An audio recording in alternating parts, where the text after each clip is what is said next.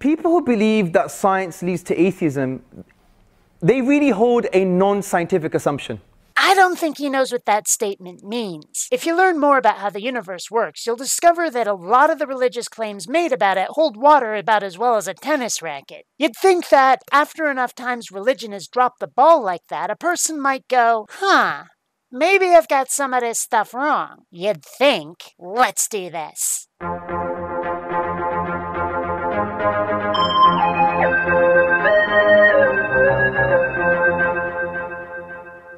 Greetings, fellow space travelers. BionicDance here. So this dude with a name I couldn't pronounce without embarrassing myself and pissing him off is going to try to dispute the claim that learning more about science leads people to atheism. I wonder whether he'd dispute that learning about science could have that effect on other paranormal phenomena. Take your pick. Bigfoot, the Loch Ness Monster, religions other than his. What is that non-scientific assumption? It's the philosophical worldview of philosophical naturalism. It's not scientific. What's philosophical naturalism? Philosophical naturalism is based on three things. Number one, the belief that there is no divine, the assertion that there's no divine. Number two, the assertion that all physical phenomena can be explained, all phenomena can be explained by physical processes. And number three, there is no afterlife, which is similar to the idea of that there's no divine. So what's philosophical naturalism? There's no divine, no hereafter, and all phenomena in the universe can be explained by physical processes. He's making one hell of an assumption here. Yes, philosophical naturalism makes those claims, but not everyone who says that science leads to atheism means, or even subscribes to, the concept. I know I sure don't. There was a conversation that took place between Pierre-Simon Laplace and Napoleon Bonaparte. It's known for certain that the conversation took place, though the exact words are not known. Regardless, the basic idea is that Laplace wrote a scientific book about how the universe functions. Napoleon got his hands on it and told him it was a great book, but he asked why the creator was never mentioned. And Laplace replied, "I had no need of that hypothesis." Even if that isn't exactly what was said, it describes the position of many perfectly. It isn't that we declare everything must be explained by natural processes, it's that God isn't necessary to explain what we see, and certainly isn't present in it. But our minds are open to the idea, as long as we have evidence that doesn't require faith to accept. Perhaps he means that science disproves God's existence. Well, again, I think he doesn't understand the idea behind the statement that science leads to atheism. Now what's the problem with that? If these are the lenses that you put on your eyes to see the world, then what are you going to see? You're just going to see the denial of the divine. Because these are your lenses, right? Say you go to an optometrist and you buy some glasses, Calvin Klein, the Atheist edition, you put it on your face. What are you going to see? You ain't going to see God nowhere. You don't see no divine power, right? This one cuts both ways, sir. If you live in your echo chamber of God exists, God must exist, and you look through those lenses, you're gonna see God everywhere. Uh-oh, I think we're headed toward overload. Everybody take cover!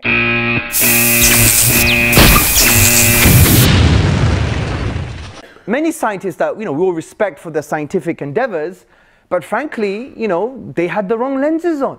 I don't think he realizes how much the phrasing of that statement says about his own assumptions. And I think it's a good thing that the irony meter has already exploded. And they had non-scientific assumptions on their faces as lenses, which was Calvin Klein Atheist edition. Right?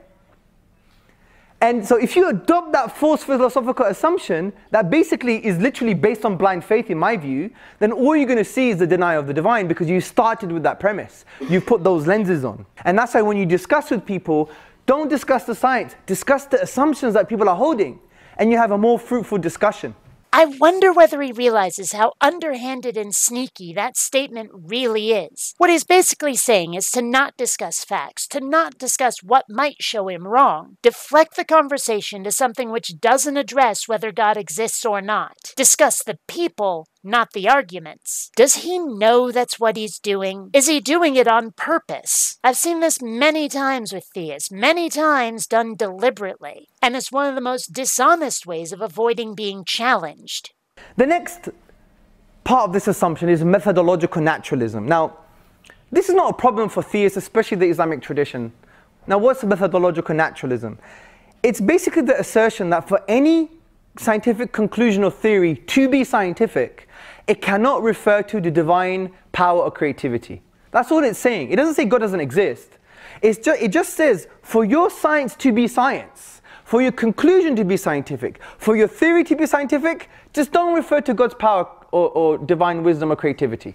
And now we're back to, I don't know anybody subscribing to this idea, and I, as an atheist, most certainly do not. My position is to not assume that a God had anything to do with what we're examining. But if we find one, that leads us down a new path to investigate. Let's not even get into a discussion about the difference between the natural and the supernatural. That particular rabbit hole would need its own video. Now, this is not a problem for the Muslim, because the Muslim believes that the whole universe is made up of physical causes.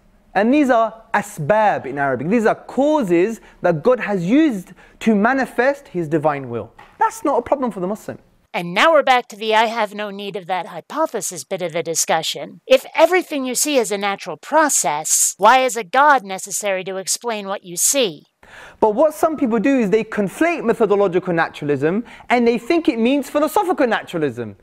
No, because you could be a methodological naturalist, like when you do science you don't refer to God's divine power, creativity, but you could still be a theist that believes in God. But can you do it rationally? Can you believe in a God scientifically? Why do you believe in a God you cannot see, test, or prove? Can you justify that belief in a way you can defend scientifically? And if not, do you have a basis for that belief that isn't based on faith, in wishful thinking? So, does science lead to atheism? No. We've taken the four false assumptions, we've broken them down.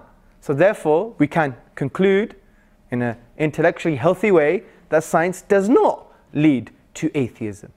You can't dissect an argument with a rubber scalpel, dude. And you were aiming for the brain, but you hit the rectal tract. Just saying. Until next time, fellow space travelers, this is BionicDance saying don't run on automatic. Instead, please think.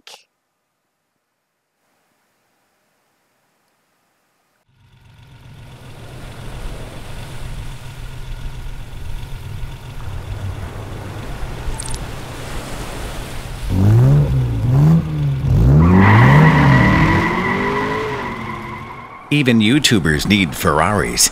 Please donate on Patreon.